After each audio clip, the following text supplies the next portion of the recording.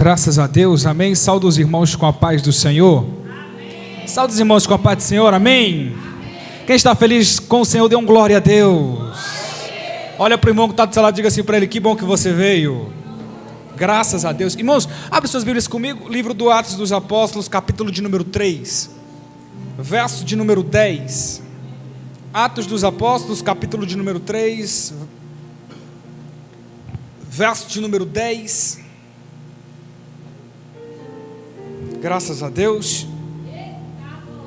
O texto vai dizer assim, e conheciam-no, pois era ele o que se assentava a pedir esmola à porta formosa do templo, e ficaram cheios de pasmo e assombro pelo que lhe acontecera. Somente isso os irmãos podem sentar glorificando a Deus. Graças a Deus. Meus irmãos, estamos no último dia da campanha do Efatá de Deus. Efatá significa abra-te. E a gente, nesse decorrer dessa campanha, nós presenciamos muitas coisas da parte de Deus, inclusive aqui dentro da igreja. Vocês que participaram da campanha desde o primeiro dia, vocês puderam experimentar do que Deus ele fez aqui dentro. E Deus ele fez coisas maravilhosas. Eu não gosto de contar muito testemunho, irmãos, mas deixa eu contar. Esses dias eu estava rodando no aplicativo, rodando na Uber, e eu fui buscar uma mulher para deixar ela na cidade da Ceilândia. E ali eu cheguei na porta da casa dela, e ela, na verdade não era a casa dela, ela estava num terreiro de macumba. Ela sai com sua criança, com seu filho, e eu percebi que essa criança estava bastante agitada, pastor Bonfim. Quando essa criança ela entra no carro, e ela entra primeiro do que a mãe dele, eu abri a porta do carro, ele entrou e de repente ele pulou no banco da frente. Eu não sei como é que ele fez isso. Eu sei que ele acabou no banco da frente. Ele estava agitado e eu percebi, esse rapaz, esse garoto, ele não está normal. Ele deve estar possesso de demônio. Irmãos, eu coloquei a mão sobre a vida dele, eu coloquei a mão sobre a cabeça dele, eu expulsei o demônio. Logo, o rapaz volta e ele estava calmo, e a mãe dele não presenciou e nem viu isso. Quando a mãe dele entra dentro do carro, ela se depara com a situação e ela percebe, você está mais calmo. E ela não sabia o que aconteceu, mas ali houve uma libertação. E Deus ele falou automaticamente ao meu coração, desde o primeiro momento: nós devemos estar alerta todos os minutos. A Bíblia vai nos dizer que nós fomos chamados para desfazer as obras do diabo. Os filhos de Deus foram levantados para desfazer as obras do inimigo, e isso fica em caráter de alerta, porque uma hora vai acontecer também com você.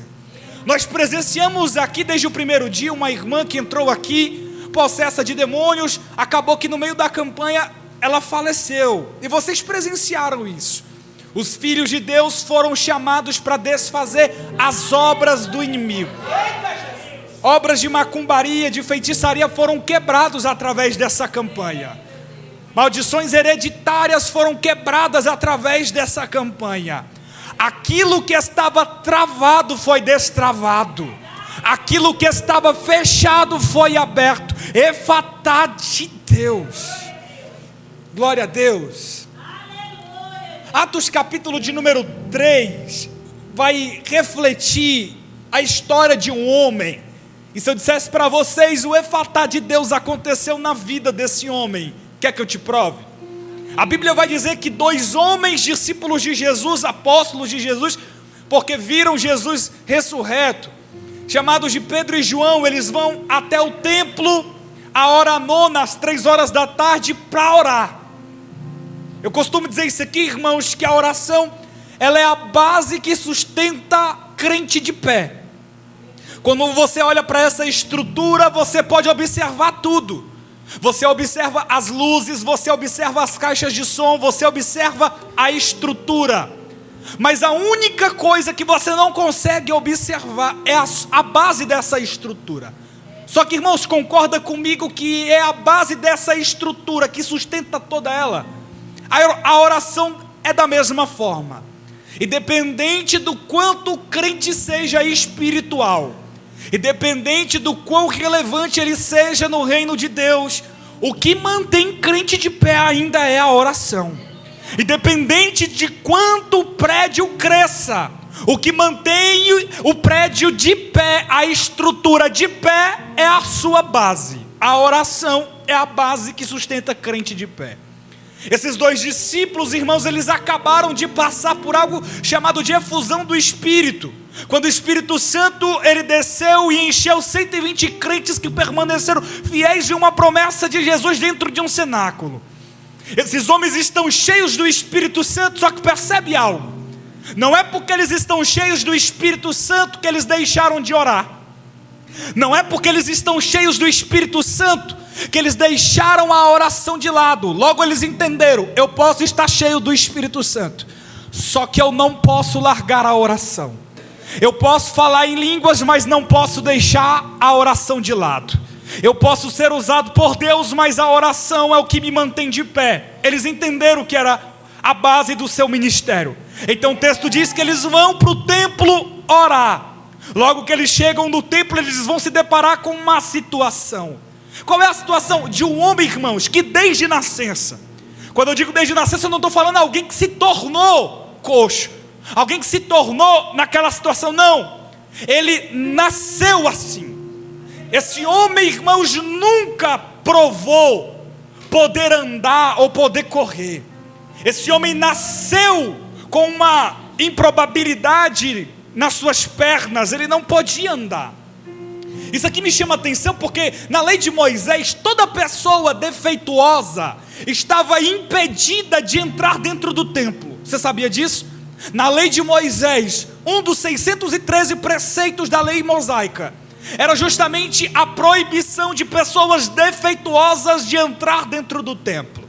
E aonde esse homem está? Esse homem está todos os dias. Isso aqui, irmão, se tornou uma espécie de trabalho para o homem. Diariamente o homem era colocado à porta do templo chamada Formosa. Percebe? Ele não ia sozinho.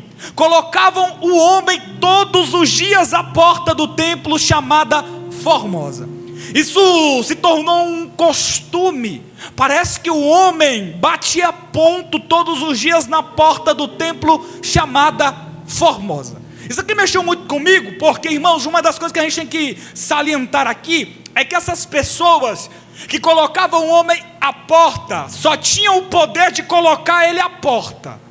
Imagine alguém que só conhece a porta, mas não conhece o interior. Imagine alguém, irmãos, que está sendo levado, mas ele só pode ser levado até certo ponto. Esse homem só pode ir até a porta, mas ele nunca conheceu o que acontecia dentro da porta. Esse homem nunca experimentou o que acontecia dentro do templo, porque havia uma proibição. Ele está proibido, ele não pode entrar. Todos os dias ele era colocado ali. Irmãos, cá para nós, esse ponto se tornou um ponto estratégico, porque se no primeiro dia que ele fosse ali para pedir esmola, ele não recebesse nada, você acha mesmo que ele voltaria no outro dia? Esse homem, ele foi ao primeiro dia e ele recebeu o que ele queria. O que? Esmola. Essa esmola fazia manutenção no seu estado atual. Só que cá para nós, a esmola que ele recebia não mudava quem ele era. Vou repetir. Ele ia para o templo, ele ia à porta do templo, ele ia buscar o que ele queria. E o que ele queria afinal era esmola. Ele até recebia a esmola.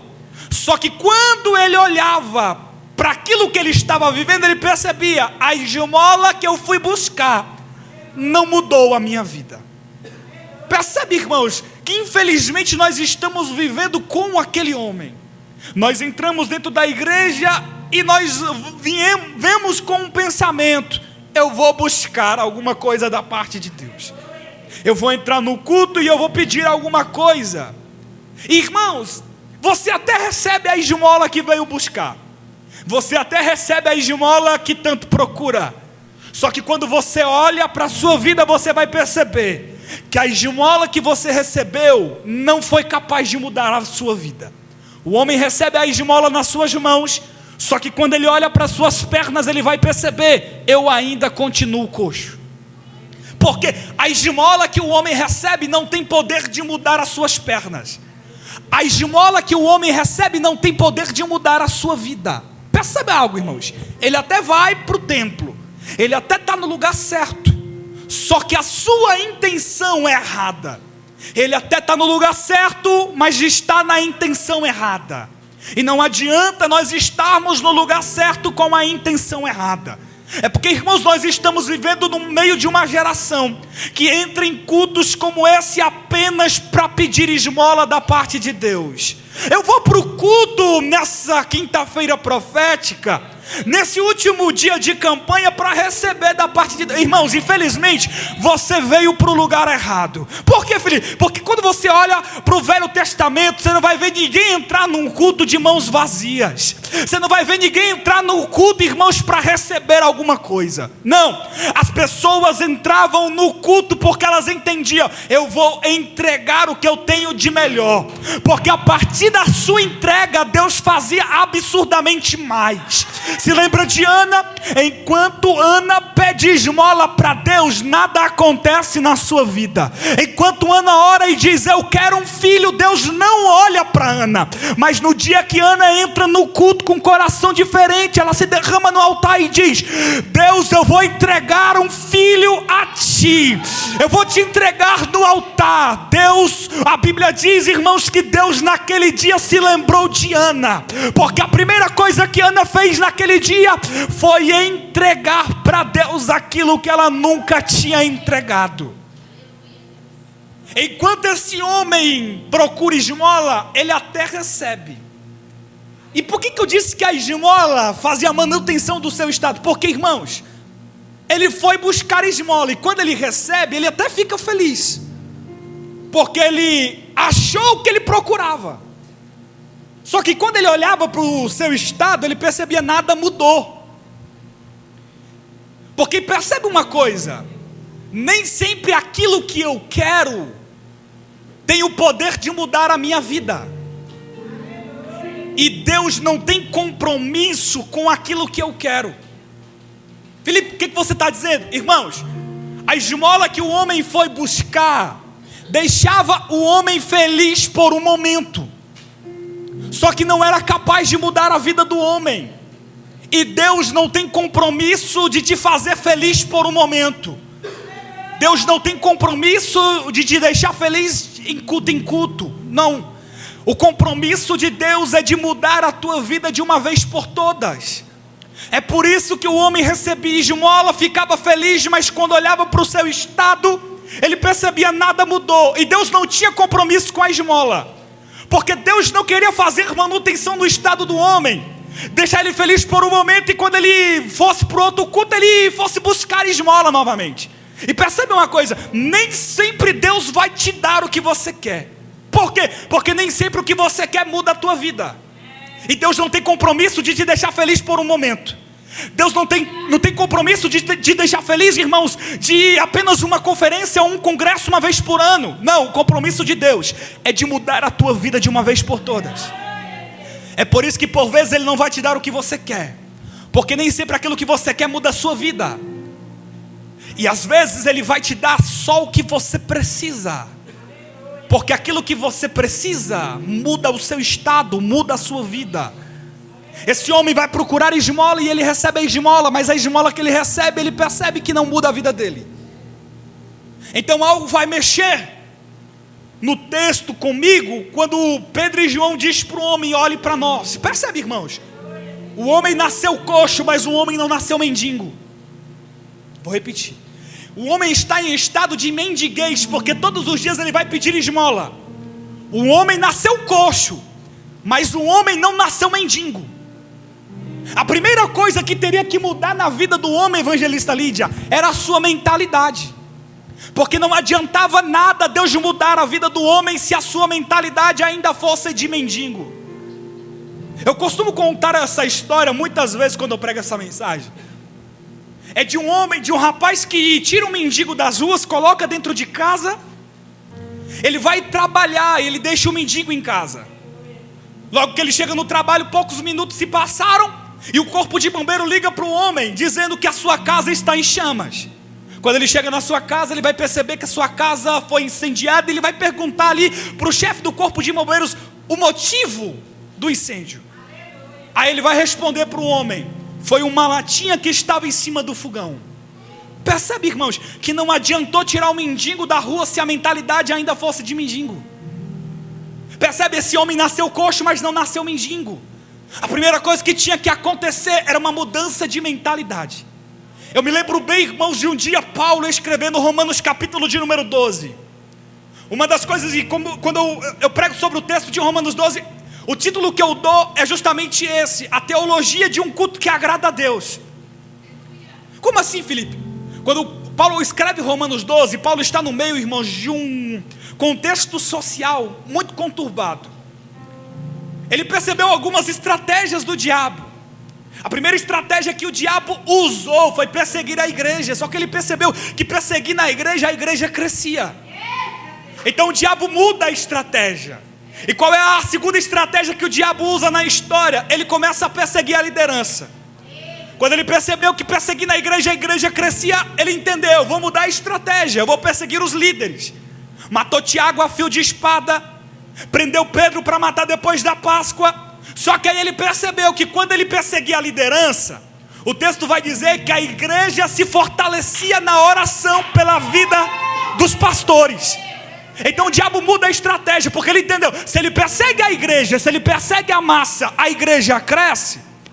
Eu vou perseguir os líderes. Só que ele percebeu que perseguindo a liderança, perseguindo os pastores, a igreja se fortalecia na oração. Ele muda a estratégia. Sabe qual foi a última estratégia que o diabo usou? Que eles vão para o culto, que eles até adorem, que eles até cantem, que eles até preguem, que eles até leem a Bíblia. Só que a sua mentalidade esteja do lado de fora. Paulo percebe a estratégia do diabo, por isso ele escreve Romanos 12. Quando ele diz assim: rogo-vos, pois, irmãos, que apresenteis o vosso corpo como sacrifício vivo, santo e agradável a Deus. Porque esse é o seu culto. Paulo está dizendo: o seu corpo é o seu culto. Só que Paulo entendeu uma coisa que o diabo estava se usufruindo: que para comandar o corpo, ele só precisava de uma coisa. Sabe o que? A mente. Então o diabo entendeu que o corpo esteja no culto, mas que a mente esteja do lado de fora. Só que aí Paulo escreve o versículo de número 2. Porque enquanto Paulo escreve o versículo 1, ele diz: o corpo de vocês é o seu culto. E o diabo entendeu: para controlar o corpo eu só preciso da mente. Aí Paulo escreve o versículo de número 2, quando ele diz assim: mas não vos conformeis com esse mundo, mas sejais transformados pela renovação da vossa mente. Por quê? Porque para uma mente transformada também transforma um corpo completo. Uma mente transformada tem o poder de mudar todo o corpo. Mudando o corpo, Paulo entendeu, o culto também muda. É por isso que eu não consigo entender pessoas que entram em cultos como esse e dizem: o culto foi ruim, porque o pregador não pregou o que eu queria ouvir, os louvores não falaram comigo. Irmãos, culto é individual. Se você não mudar a sua mentalidade, você vai continuar sendo escravizado pelo diabo. Você vem até para o culto, mas a sua mente ainda está sendo escravizada pelo diabo. Em Atos capítulo de número 3, não adiantava nada o homem ser curado se a sua mente não fosse mudada. É por isso que Pedro e João diz: olhe para nós. Em outras palavras, o que eles estão dizendo é: a sua mentalidade tem que ser mudada. Você nasceu coxo, mas você não nasceu mendigo. Aí o texto vai dizer que ele olha para eles, mas ele ainda espera receber alguma coisa. Então Pedro diz: eu não tenho nem prata, eu não tenho nem ouro, mas o que eu tenho, isso eu te dou. Em nome de Jesus de Nazaré, levanta e anda.